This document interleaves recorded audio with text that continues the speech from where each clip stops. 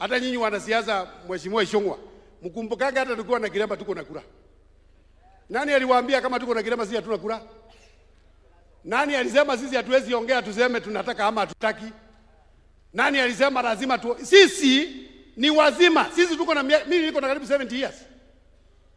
Na kwa hivyo wakati tunakuja kusema tunataka kutetea hali na mali ya kusaidia watoto wetu baadaye, hatutaki mtu anakuja katikati yetu na mwenye kutusaidia. Hatutaki.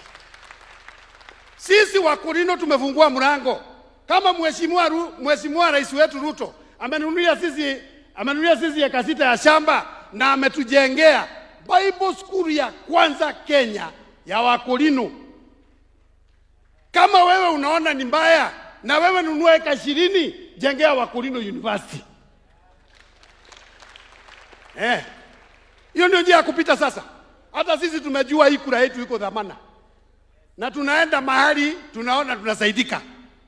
Na tunataka mahali tunawekewa akiba ya watoto wetu kwa sababu ya kesho. Mheshimiwa Rais, tumeona ya kwamba ni vizuri na tumekubaliana na huo wito. Na huyu ofisa anaitwa Itumbi amefanya kazi ambayo ni ya maana, ambayo sijui nitasema nini kwa sababu kwa siku kadhaa ameweza kufanya ile kitu haingefanyika karibu miaka 8 ifanyike kwa siku 3, kwa wiki moja, kwa mwezi moja, kwa miezi 3. Tunasema Mungu ambariki ama simbariki? Si ambariki. Sasa Mheshimiwa Rais, naomba wewe hivi. Na kuomba kwa niaba ya Wakorino. Nikushukuru sana.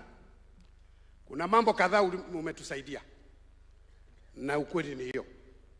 Umetupea walimu. Kuna hata saa hii watu ya KWS wako na kiremba. Lakini mimi naomba leo kwa sababu Deputy President ako hapa. Iko vijana 3 Wakorino walivutwa kazi kwa ofisi yake. Na ni Wakorino. Si ni vizuri kusema hivyo? Ama namna gani?